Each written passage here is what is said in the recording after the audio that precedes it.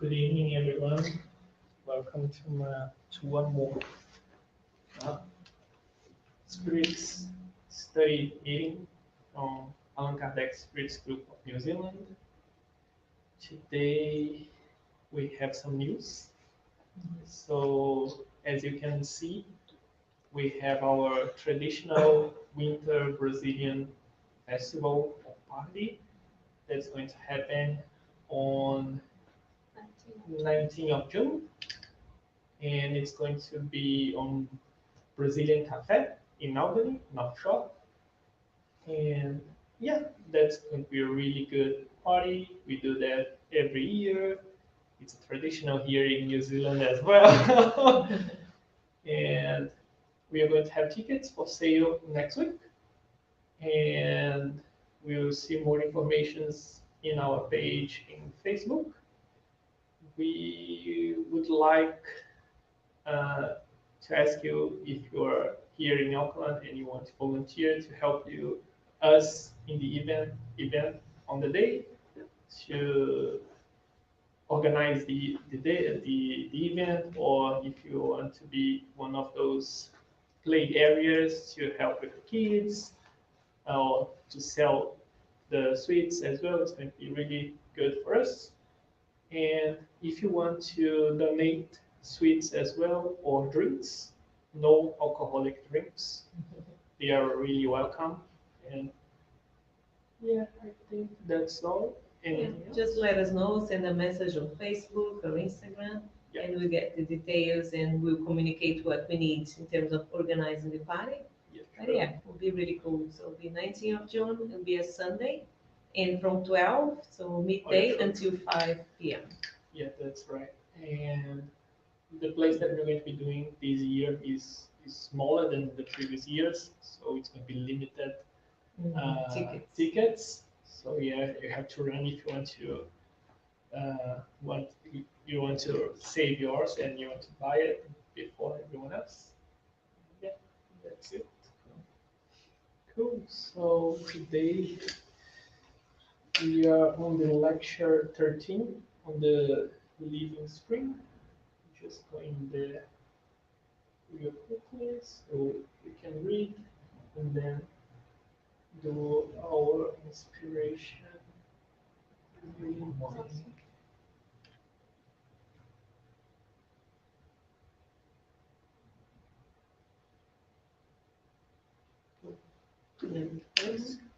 Let us set out. I will rise and return to my father. When the prodigal son decided to return to his father's arms, he actually decided to rise inwardly, to leave the dark cave of idleness and head for the field of regenerative action, to get up off the cold ground of inertia and seek the heat of reconstructive activity, to leave the valley of indecision and climb the mountain of spirituality, constructive toil, to escape the darkness and enter the light, to leave his negative behavior behind and plunge into the reconstruction of his ideals. He stood up and left for the paternal home. However, prodigal sons and daughters of life, such as we are, how many of us, after having failed at the most valuable opportunities, clamor for the Lord to help us in accordance with our unworthy desires so that we can be content and happy? How many of us have willingly descended into the abyss and once in it, drowning in the dark current of our passions, beg for the presence of the Almighty through His messengers so that they may attend to our whims? But if we are really committed towards our self-improvement, let us stand on our own 2 feet and press forward. Any improvement requires effort. The view at the top requires climbing the mountain first. If we aspire to the higher life, let us go forward following Jesus' standards. I will rise, said the young man in the parable. Yes, let us rise.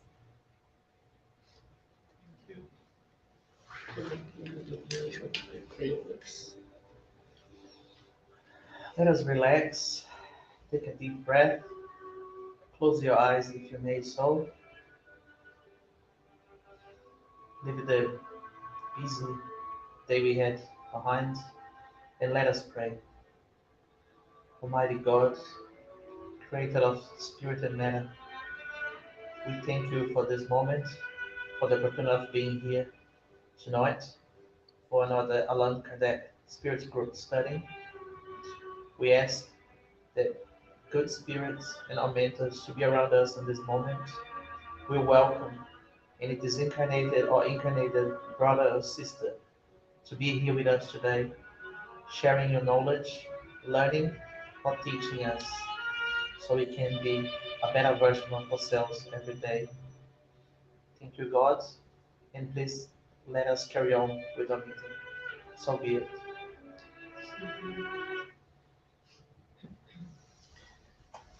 So last week we stopped on lesson 14 on the chapter 23, Strange Morals.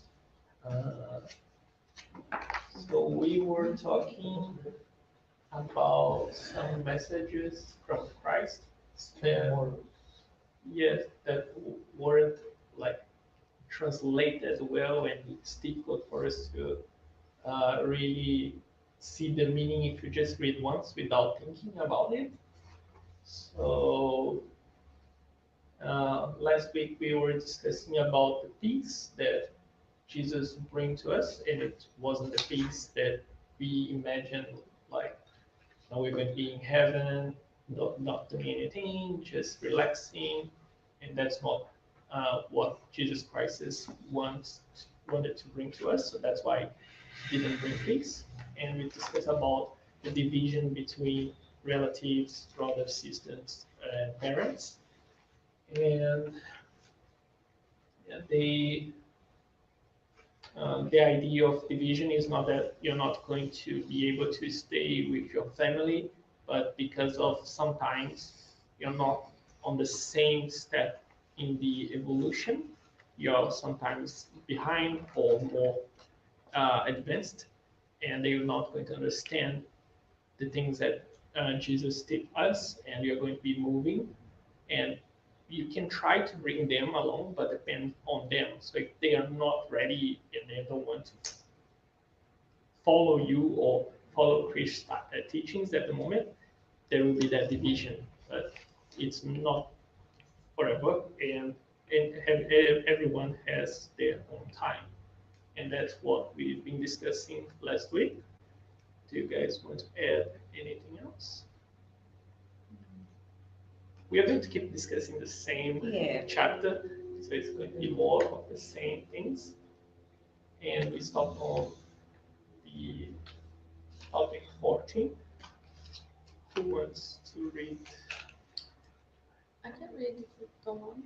Or can Well, you can start and then I'll read some too. Let's share the So load. just read the 14 and you start and comment. Okay. It should be noted that Christianity arrived when paganism was already in decline and was struggling against the light of reason. It was still practiced in form, but faith in it had disappeared, and only personal interests sustained it. As we know, interest is tenacious. It never yields to the evidence. It becomes angrier as the reasons that oppose it become more peremptory and better demonstrate its error. It knows very well that it is in error, but that does not bother it because true faith does not dwell in its soul. What interest fears most is the light that opens the eyes of the blind. The error is adventurous street, so it holds onto and defends it. Did not Socrates also teach a doctrine analogous to a certain degree to that of Christ? Why then did it not prevail in the midst of one of the most intelligent cultures on earth at the time? Because its time had not yet come. Socrates sowed on unplowed ground Paganism was not yet worn out. Christ received his providential mission at the proper time. Not all the people of his time, far from it, were up to the level of Christian ideas, but there was a more widespread aptitude for assimilating them due to the beginning of a sense of emptiness that popular beliefs left in the soul. Socrates and Plato had opened the way and had predisposed their spirits. See in the introduction, section 4, Socrates and Plato, prese- prese- precursors to the Christian idea and Spiritism.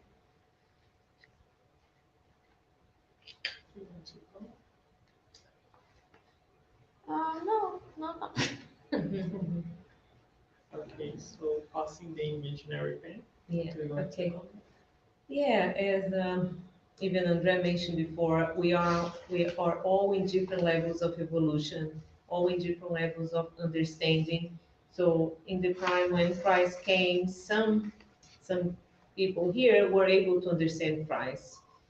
In our time now, still some people not able to understand Christ, and we are still trying to understand. We fully don't, because there are many lessons to learn and many things to understand. So it's not going to be overnight, and it's not going to be the whole population of the earth that's going to grab all the teachings at the same time. We might get a few here, a few there, and some of other teachings we might be struggling. We see, okay, there is this teaching, but how can I apply that? How can I actually live with that? So I think it's amazing how some people from Christ's time, they could understand because they were already at that level of evolving and knowledge.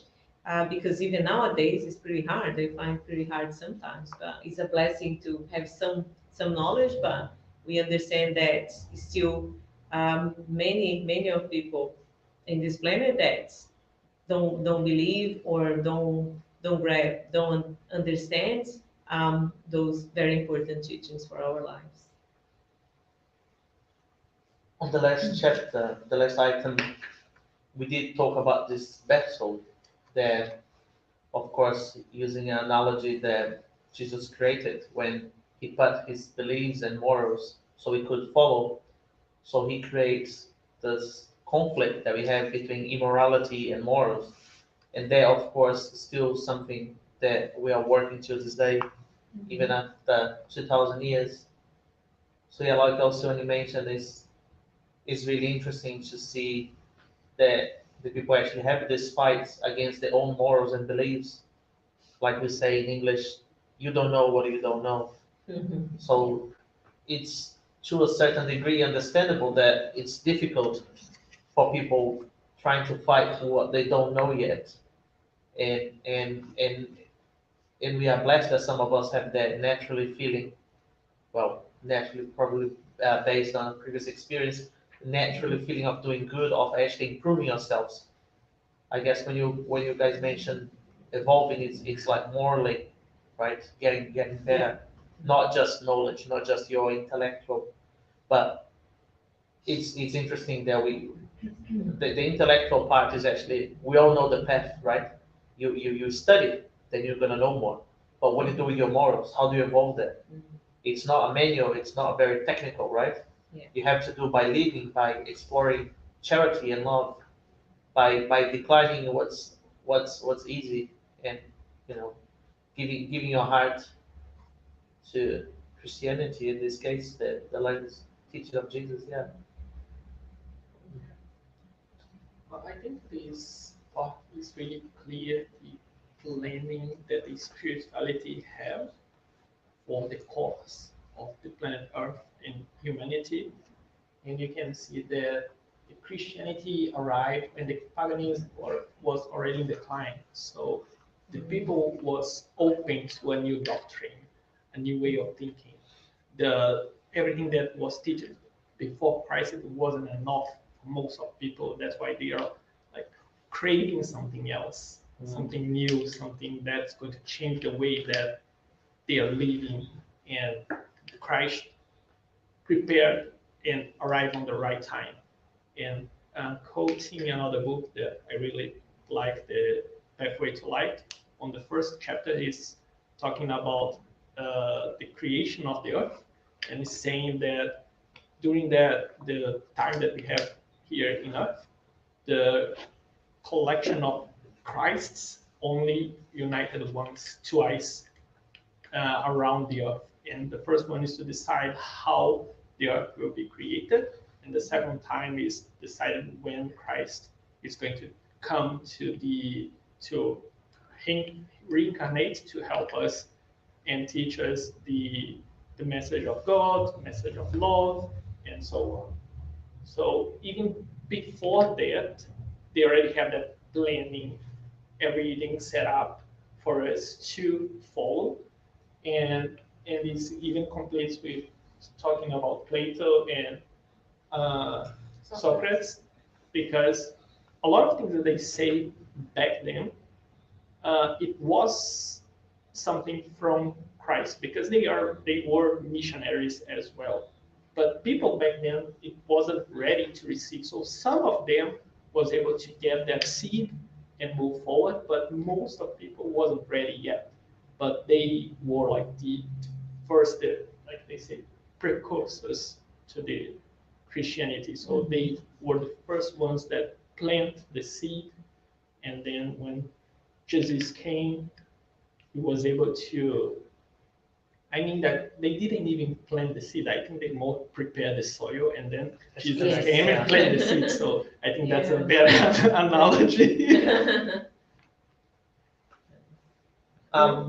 Many just comment, the divine laws expressed through Jesus are eternal, but the way we understand them change as we evolve as individually and collectively. Thanks, Mani. Thank you, Manny. Anything else? Or can we move on? Keep going. So, can you read first? Yeah, of course. Unfortunately, the followers of the new doctrine were not able to agree on the interpretation of the Master's words, most of which were viewed by allegory and figures of speech. From its very beginning, countless sects have flourished, all of them claiming that they alone possess the truth. Not even 18 centuries have managed to put them in agreement. Forgetting the most important of the divine precepts, the ones that Jesus had made the cornerstone of his building and the express condition of this salvation: charity, fraternity, and love for one's neighbor. These sects have hurled anathemas at one another and have fought with one another, with the strongest crushing the weakest, stifling them in blood, torture, and burnings at the stake.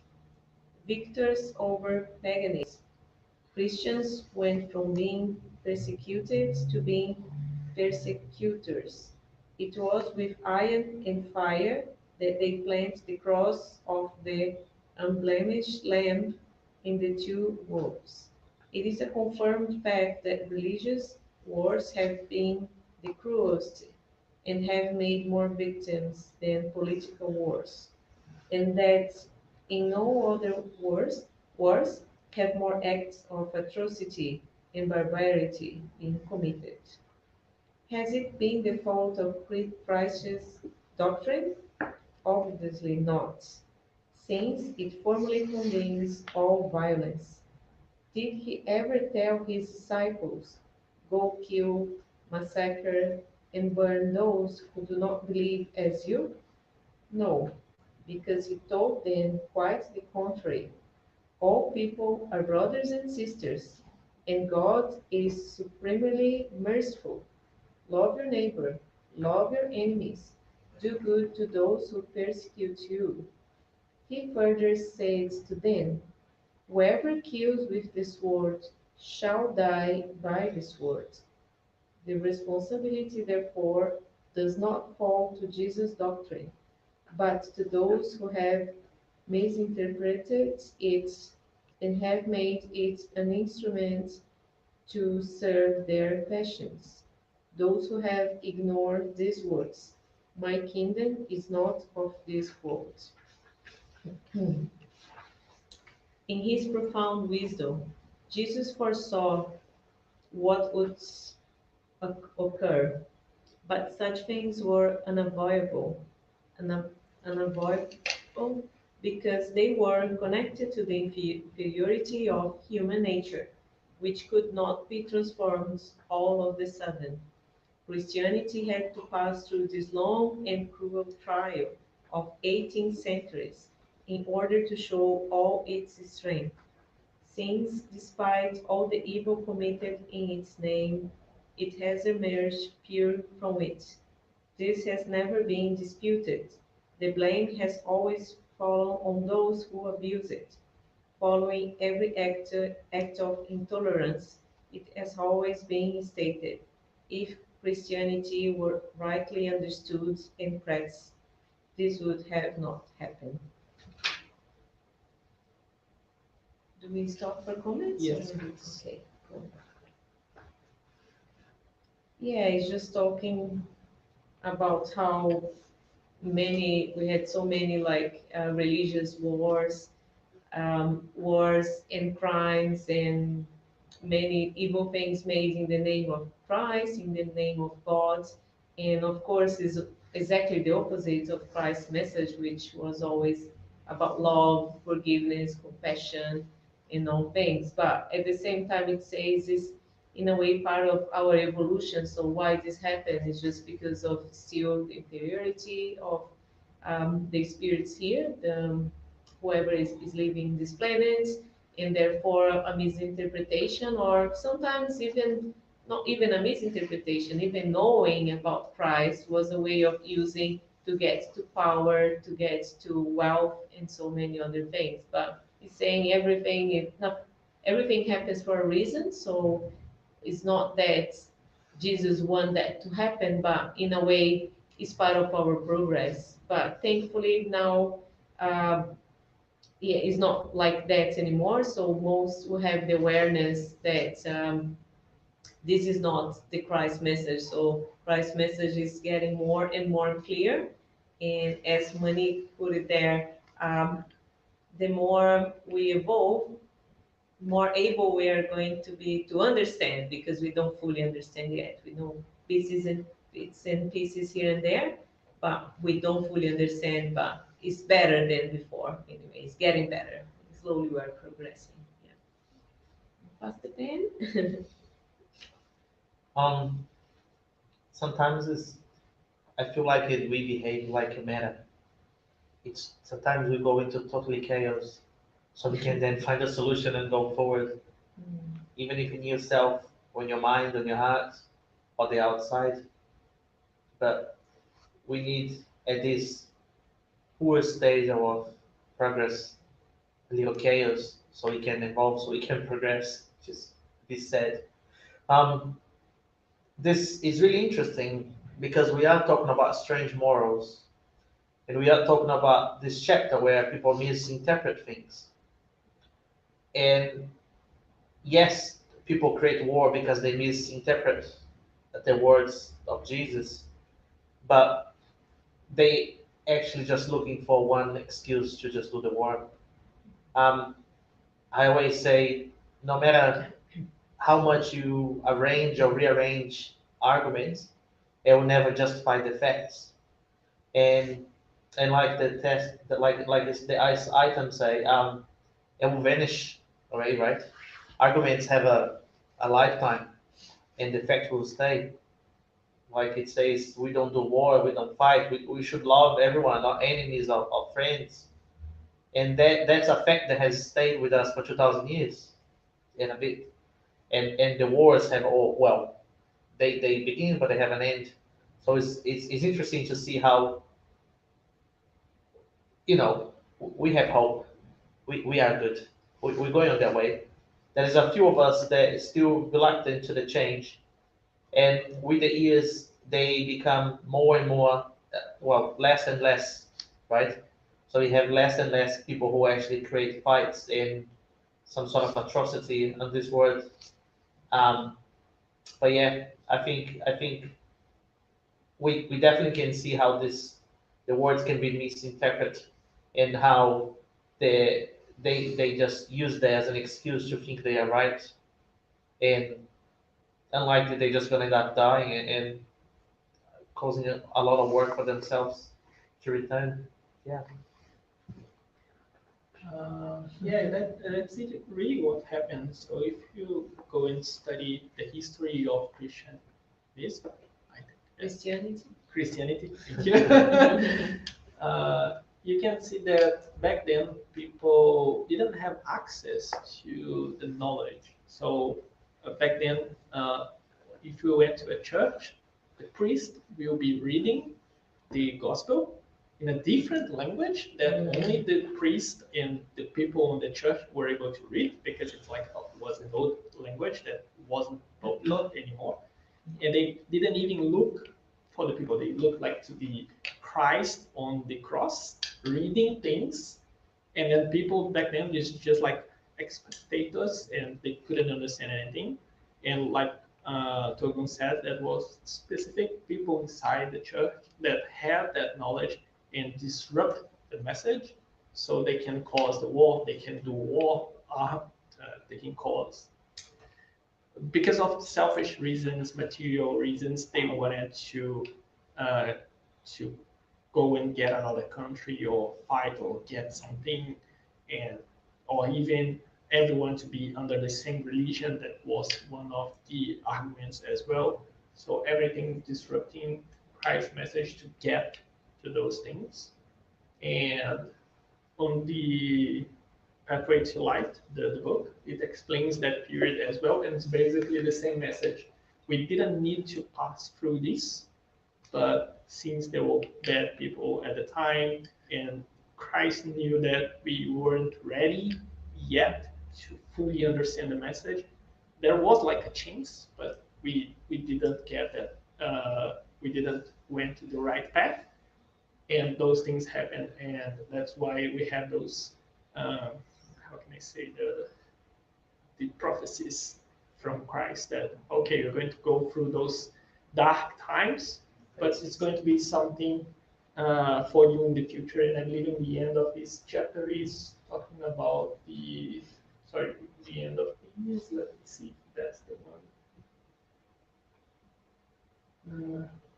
No, sorry, it's spoiled for the next topic. But yeah, basically what it's saying that, okay, on the next topic is going to say, but I'm just going to say now, just to conclude my idea, is that Christ promised us the, I forgot the word, consolador prometido in English, but it's right there. But Christ, no, he promised the, it's in italic here. Sorry about the. I knew that. The consoler. Consoler, yeah. And we know that this is the Spiritism. So after all these dark times, people not having access to the information, now we have not only the Spiritism. Spiritism is the real consoler, but we have other doctrines that's bringing more knowledge, more understanding on the foundation of love that we didn't have back then. And like I said, the knowledge was really among specific people, and they didn't want to share that and even hide things that they didn't like. So now we're living in a time that you have access to information. Everyone can do a quick Google search and get everything that you want, a lot of books, free books.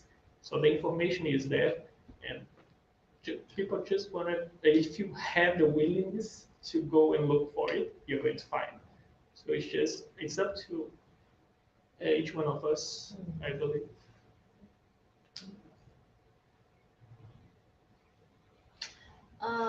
Like everyone already said, we have a free will, and if we decide to do something wrong, we are going to be accountable for that. And I think it's interesting because they mentioned that in the end, saying that Um, sorry, I forgot. Yeah, that's the last part. Yeah, like everyone that did that is going to be accountable for it, and the blame has always fallen on those who abuse it. And that's why the doctrine persisted, and we still have it until today. And I'm trying to learn that until today.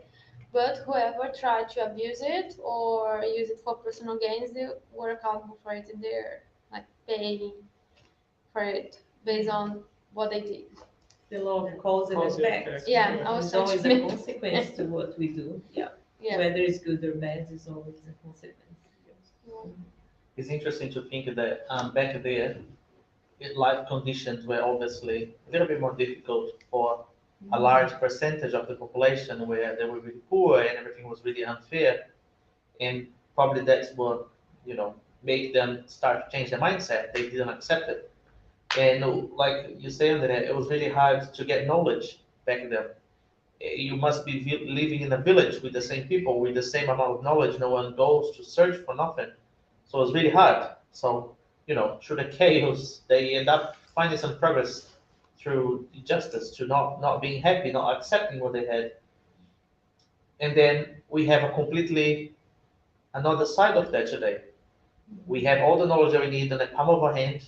We can search different languages, you can search free books, whatever you want to search. But why would you do it? You're not suffering. Your life, nothing happening. People just stay on the inert process. You know what I mean?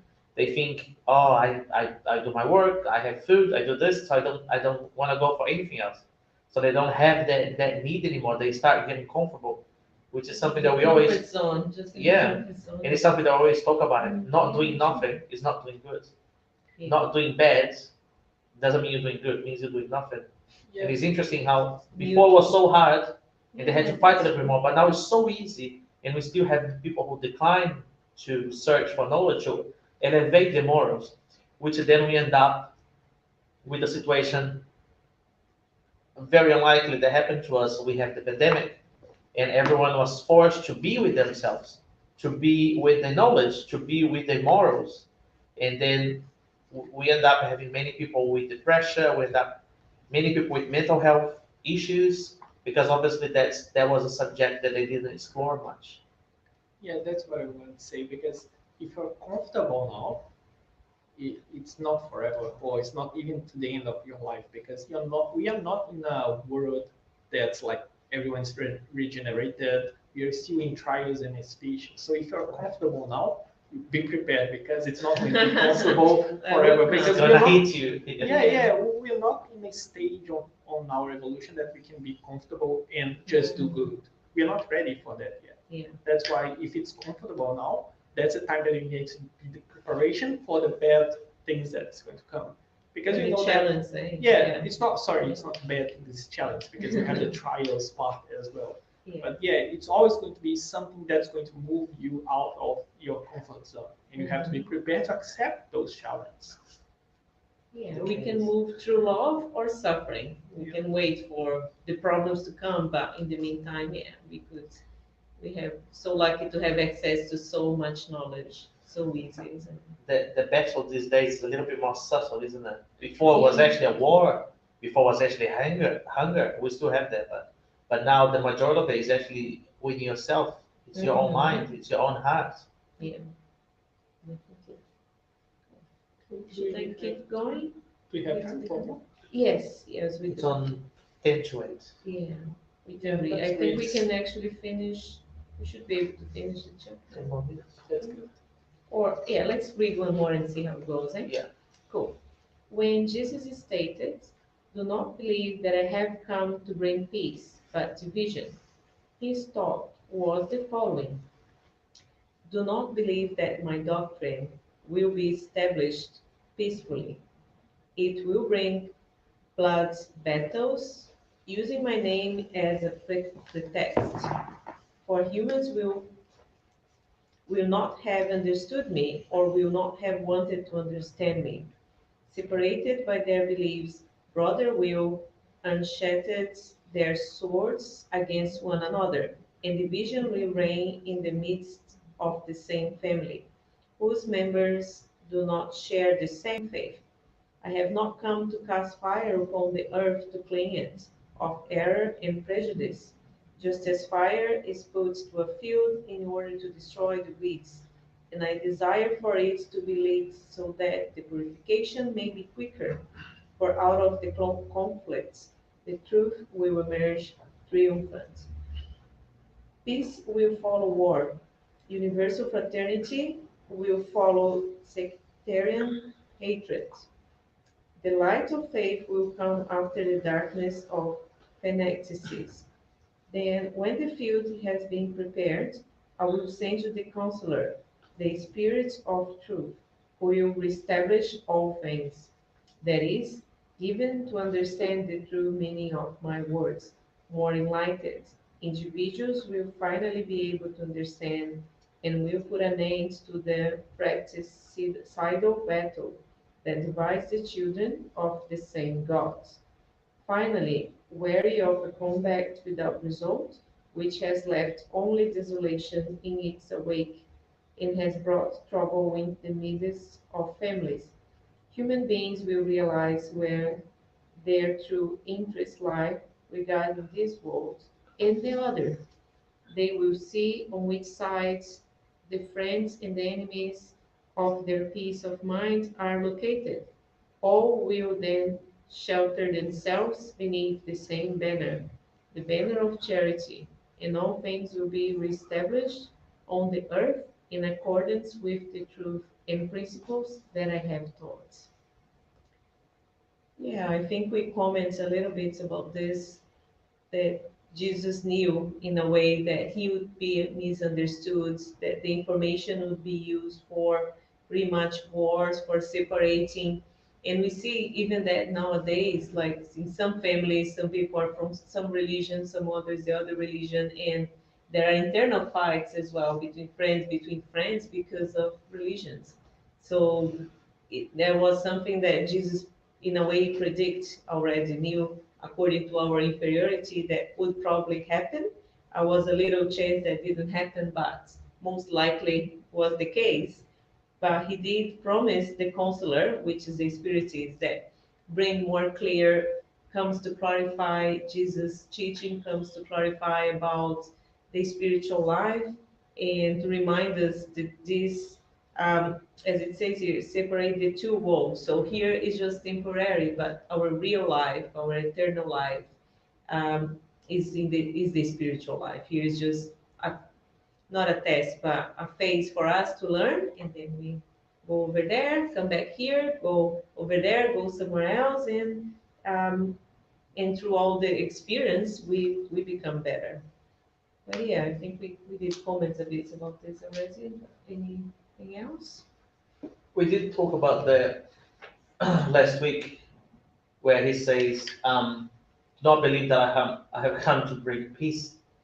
And what he's saying, it's not that he's gonna inflict a war on us, is that he he's explaining that, well, if someone does not have morals and someone does act in a immoral way, we're not gonna follow it, and they're not gonna like it because they want us to become like them, but we don't want to. We know what's better. We know to do good. We know to love other people, and obviously, if they are in a state of mind and morals that it has less progress than we have, they will become aggressive towards us. They will fight. They will create division, and all we want is just again follow peace and establish peacefully everything. But again, that's I think that's what he means in that. And back then it was much harder. So how many people got killed because they were thinking in a different way? How many people got killed because they followed Jesus? Well, he himself got killed because of it, because he wants to be in peace, because he called people brothers and sisters, because everyone was from the same family, equals, and they did not believe that. I guess that's what he's trying to say when he points that, because he does say about the sword that again, it's just like an analogy talking about that we cut these bad habits and we cut these things that don't help us and leave them behind, right? Yeah, I think these three today is just like a lesson of history, basically, because this part here is really interesting if you try to study with the when the Spiritism was revealed to us, we can see that there was no more war. It was during the industrial revolution. So everyone stops the war to grow, like in the like the technology, the material things, so the comfort. So they are building everything at like masses, like a lot of things, and it was opportunity to everyone to work. I know that it was a lot of bad things back then. Kids were working, everything like that, but people stopped like the wars and was focused on developing the material world, let's say. And then it's saying that okay, after the peace, follow the war, Jesus will bring the consoler, and then you can see that the spiritism being born into this scenario where people were out another in another time ready to listen for something new. They are like, tired of wars. They were tired of the old way of thinking, and then Spiritism out here and was well received by people back then because of the environment that they were. And I think that's what this uh, is talking about. So, okay, we have the wars, we have the dark ages. Now the material world is developing, so we have to develop the spirit, not the spirit world, but the spiritual mindset of people, and then to have The more, knowledge, yeah, right? knowledge, The information. So the same way that you get more information on the material side, Right. you get more information on the spirit world. Thank you.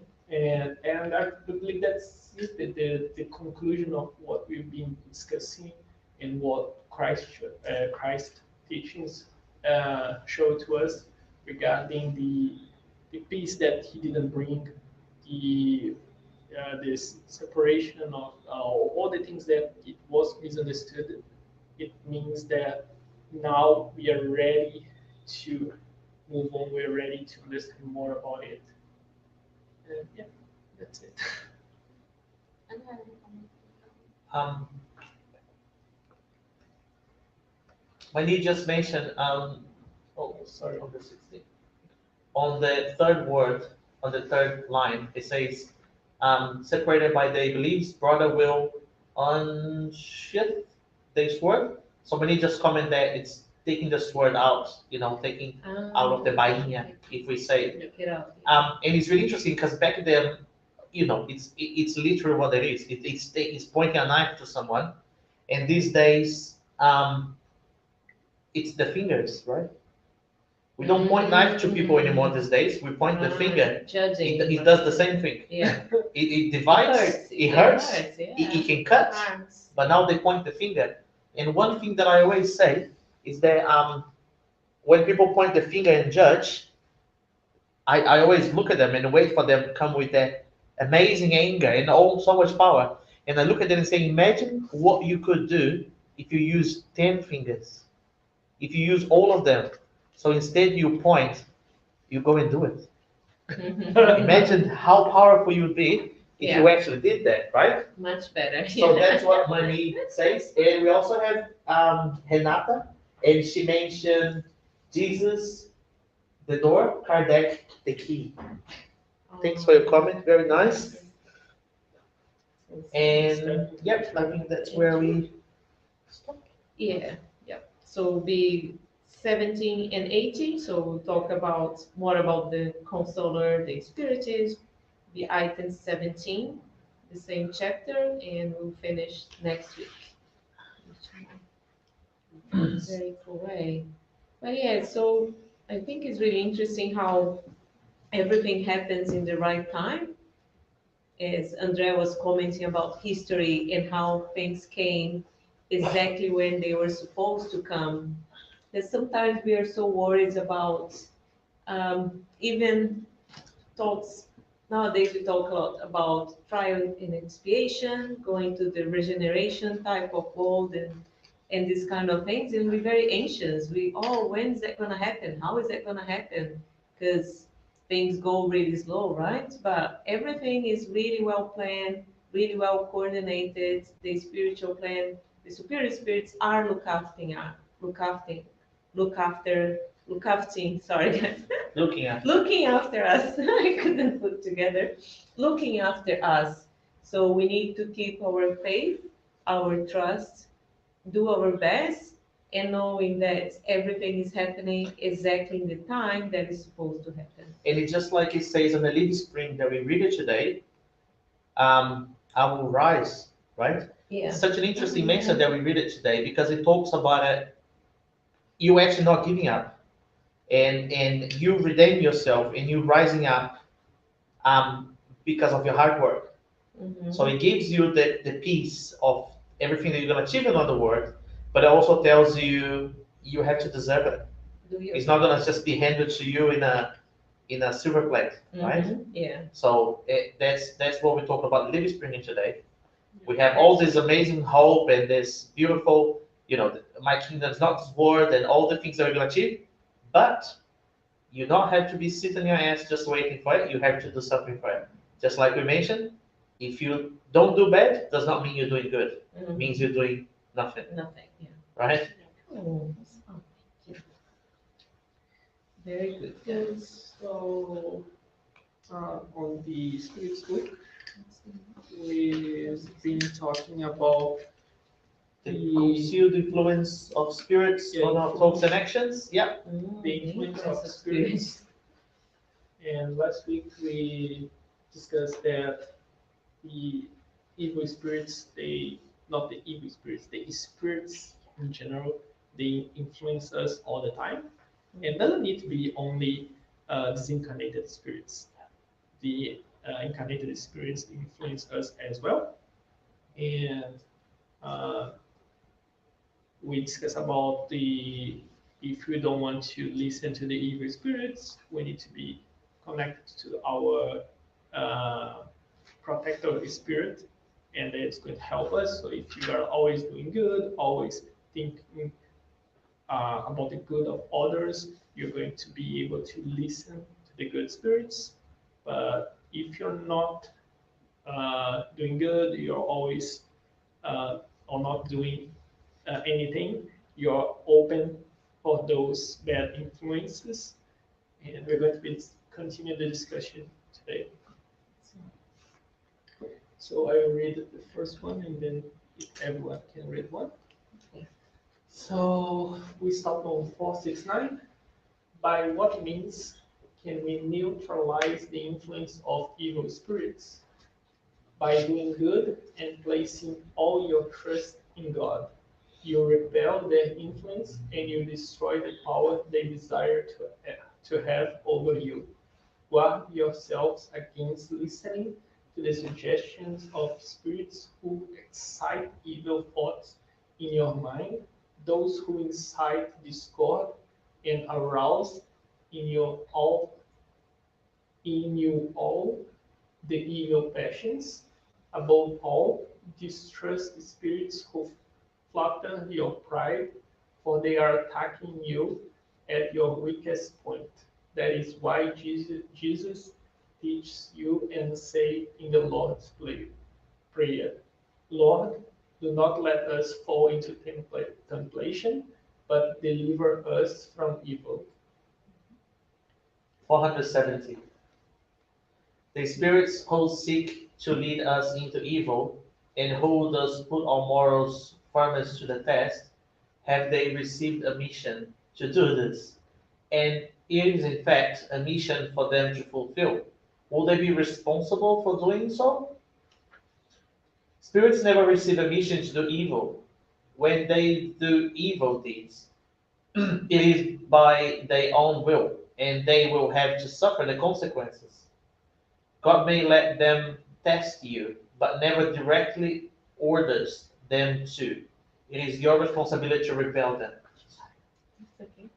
When we experience a sensation of anguish or indefinable anxiety or inner satisfaction without a known cause, does it result from our physical disposition at the time? It is almost always the effect of communications you have with spirits without even suspecting it, or those who have had with them during sleep. Oh, It's one it's me. thing. Sorry. 472. Are spirits who want to incite us to evil limited to taking advantage of the circumstances in which we find ourselves, or can they create such circumstances? They may take advantage of a circumstance, but frequently they cause it, pushing you without you being aware of it towards the object of your ambition.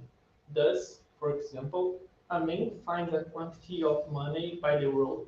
His spirits have not placed the money there for to place the money there, but they may have instilled in the man the thought of going in that direction. Then they suggest he keep the money, while others suggest he return it to its rightful owner. The same process happens with all other templations. I think we can stop and For comments, comments. I can start. Yes. Yeah. So I really like the 469 when can we neutralize the influence of bad spirits? So because of course we don't want that. We want the influence of good spirits only, right? That would be much better for us. But the way to do that is by doing what's good. So we can we can neutralize or we can have more influence of goods instead of not more inferior spirits according to our vibration level. So that has to do with our thoughts, our feelings, our energy, our actions. And one good way of doing it is set up from the morning, from the time we start, we do our prayer, and we really have in our minds to try to keep this vibration, to try to keep this positivity, and try to be aware as well, because things happen. Sometimes in the traffic, someone is going to cut us. Um, or something will go wrong, could be raining a lot, we are late, we do something wrong at work, so things will happen. But if we have in the back of our mind, or if we have the real intention, and if we ask for help from the spiritual guides to keep calm, to keep our vibration level as positive, as good as possible, then we'll receive less negative influence and more positive. But it's a matter of being aware. It's a matter of remind ourselves. And sometimes, yes, we are going to get to negativity again. And when we perceive that, we can change. Say, okay, I was very upset, angry with somebody, but now, okay, let's get back to it. We can use music, like there are so many calming music. We can read something and go back to our positivity. So therefore, we can have more of a positive vibration rather than a negative. So it's really up to us. It's an everyday exercise, and some days we're going to do better, some days we're going to do worse. But we need to keep practicing and keep doing that. And the other question about some spirits having the mission of the wrongdoing, yeah, it's very clear that spirits will never get a mission of, none of us will get a mission of doing something bad, of influence negatively someone. So it's always the free will, but it's never a mission. So that's good to be reminded to. Um, what else? Yeah, I think that's it for now. Or or spiritual health is very similar to our normal health, right? Your body health. You should eat good so your body can function well. I mentioned that a few times.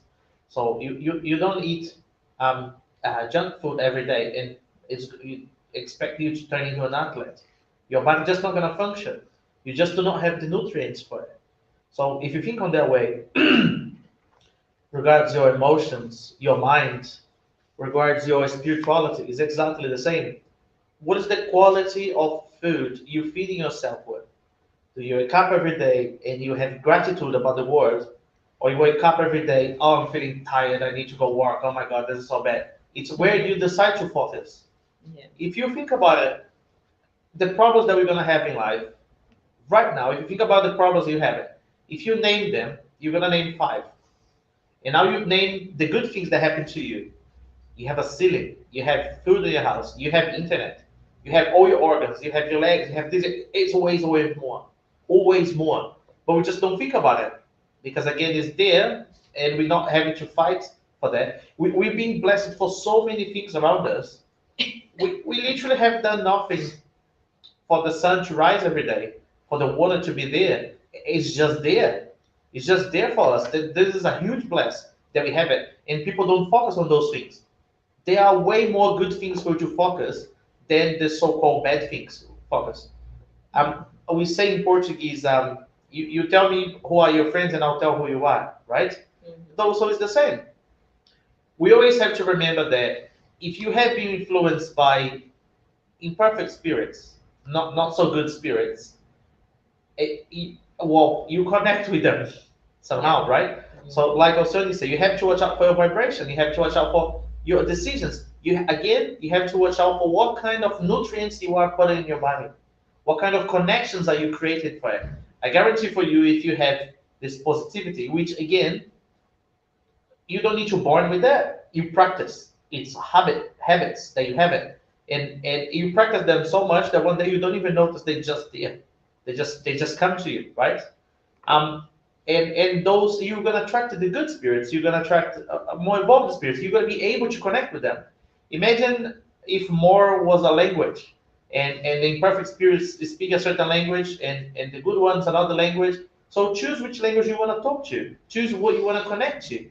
So they will be around you. So again, focus on the gratitude. Focus on the good things. And when you ask, you shall receive. Right? Yes. Yeah. One thing that I want to mention, I think we discussed about everything here, but I like this question for 7-1 because it's saying about like small things. So you're like doing well or doing nothing bad or nothing good. So we are just living, let's say, and then you get a feeling that's totally different. So for example, today is Wednesday, I'm going to work, and during lunchtime I said, oh, I don't want to go to the meeting this night.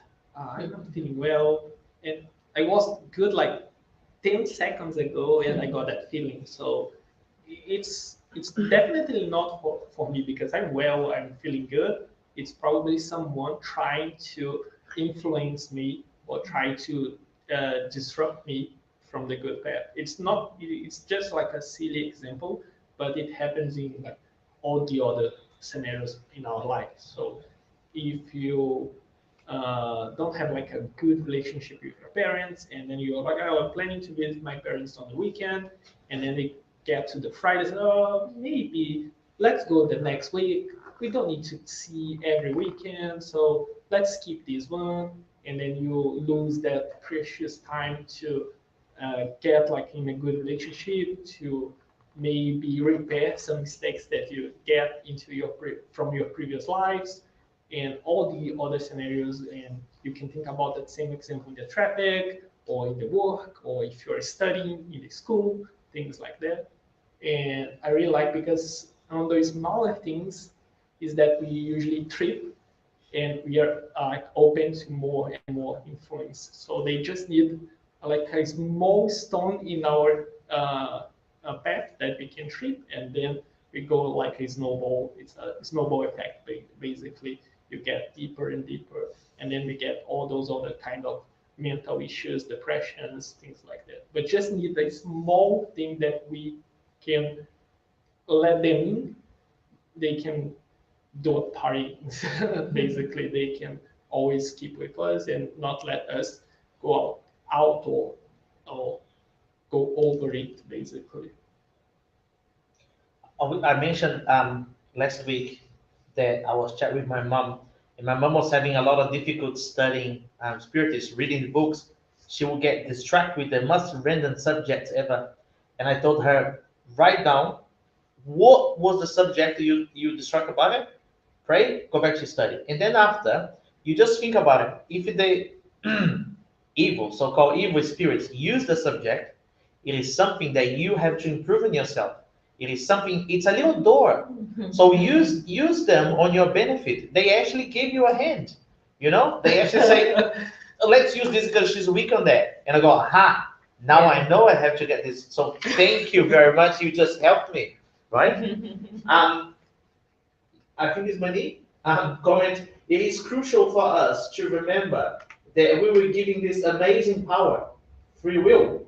No matter how much influence we get, the responsibility of our choices is Yes. ours.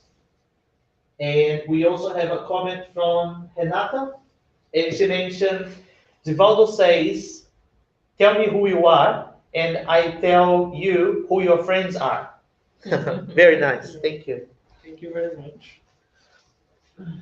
Yeah, that's true, because in the end of the day, whether the influence came from a negative or inferior spirit or superior, we decide, because we often have both influence sometimes, and it is for us to decide. And just to add a little bit on what Tobun was saying about how we feed our minds, again, is our free will, because as we were talking before, we have so much access to information, to everything. And we can put our attention in lots of negative things, like if we go just to the internet or Netflix or even books. So there are lots of information about just bad things that are happening everywhere in the world.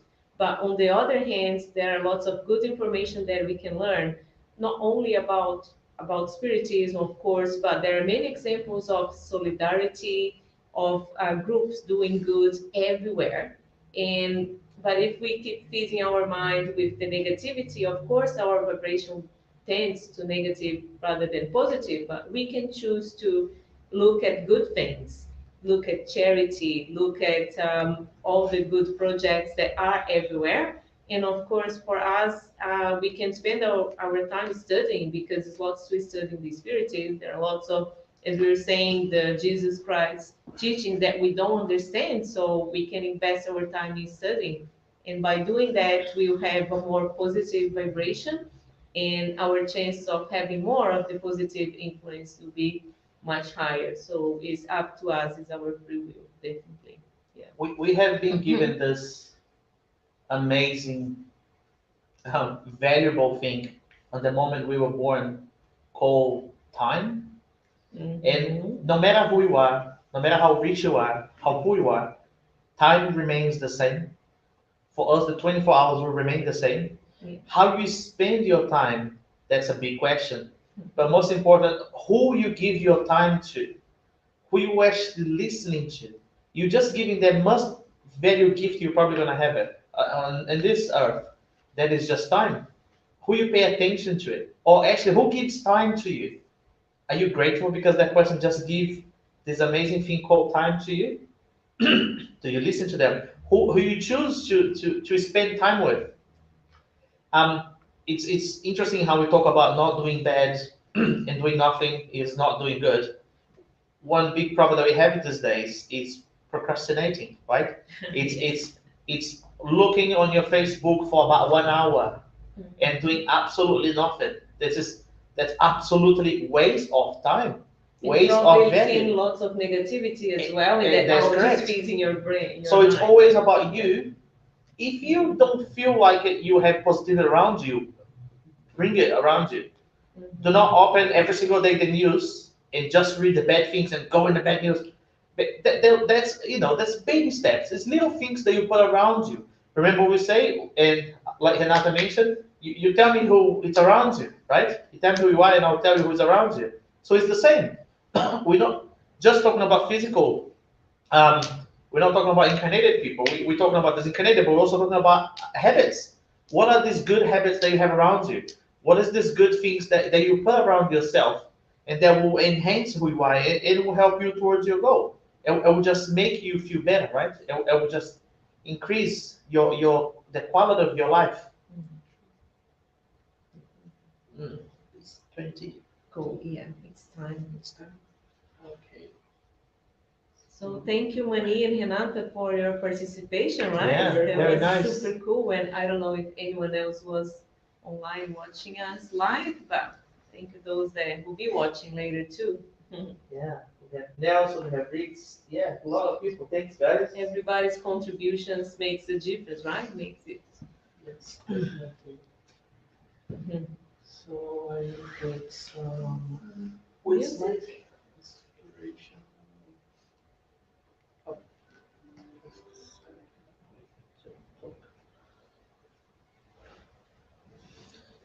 Time. It's a Yeah, good very subject, isn't it? precious. Hey, yes. Yeah. I love that subject. There's so much to learn about it, right? Yeah. To reflect. And also Yeah. good, don't always blame the bad spirits. Sometimes it's just yeah, you. because- yeah. Sometimes it's just you Sometimes- not being a good person.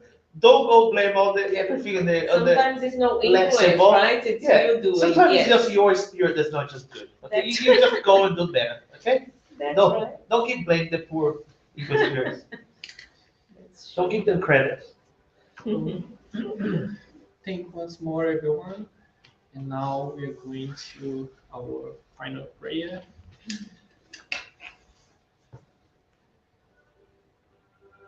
Let's close our eyes. Let's calm our hearts, elevate our thoughts, and connect with the good spirits here present.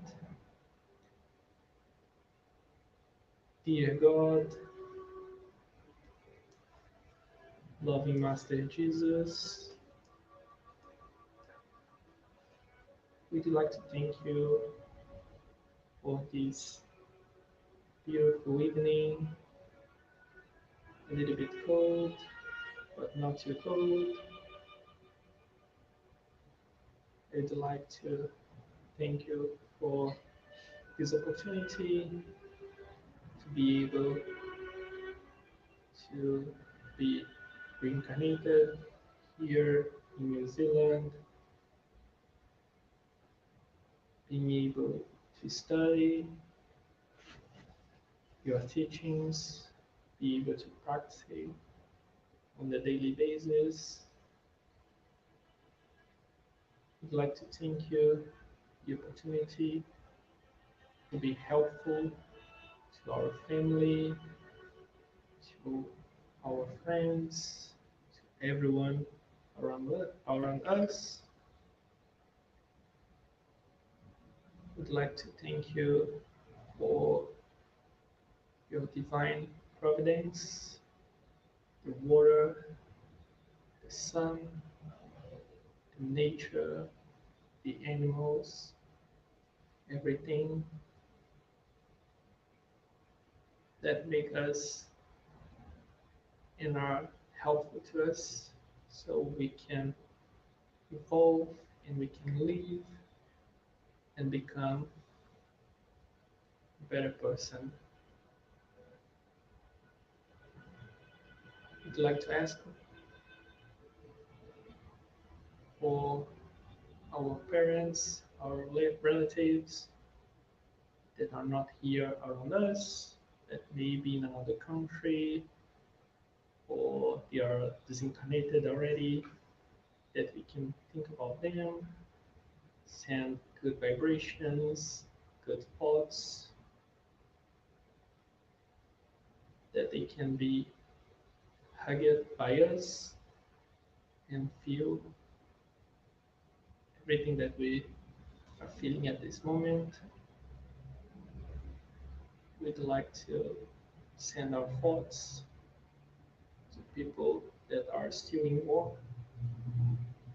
and we'd like to ask the government or people that's responsible or have the power to stop this war, be inspired, that they can receive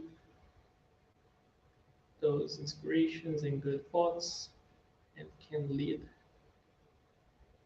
the war to the good path and be able to resolve all the conflicts as soon as possible. We'd like to ask you, good spirits, that you can bless us for this for this week, that we can be peaceful, we can have health, and be able to put in practice everything that was taught here today, and that we can be ready next week to be back and continue these studies that are really important to every one of us.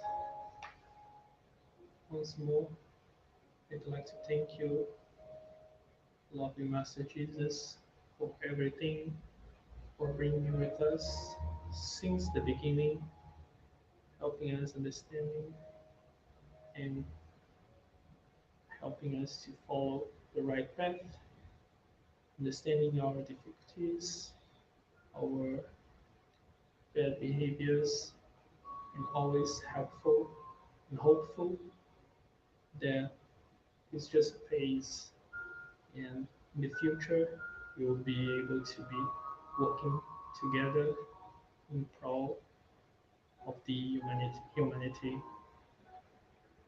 Stay with us always. So be it.